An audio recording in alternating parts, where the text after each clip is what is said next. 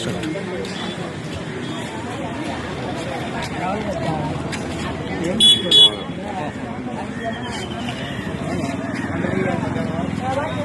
கொஞ்சம் அப்படியே கும்பலை ஒழுங்கா பேச்சு கேட்காது.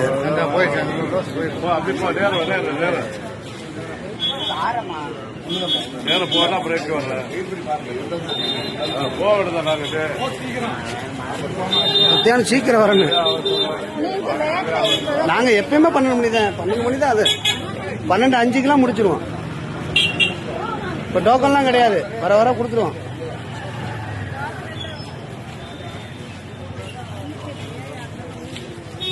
டோக்கன் கொடுத்தோம்னா அடுத்த நாள் கொண்டு வர்றாங்க.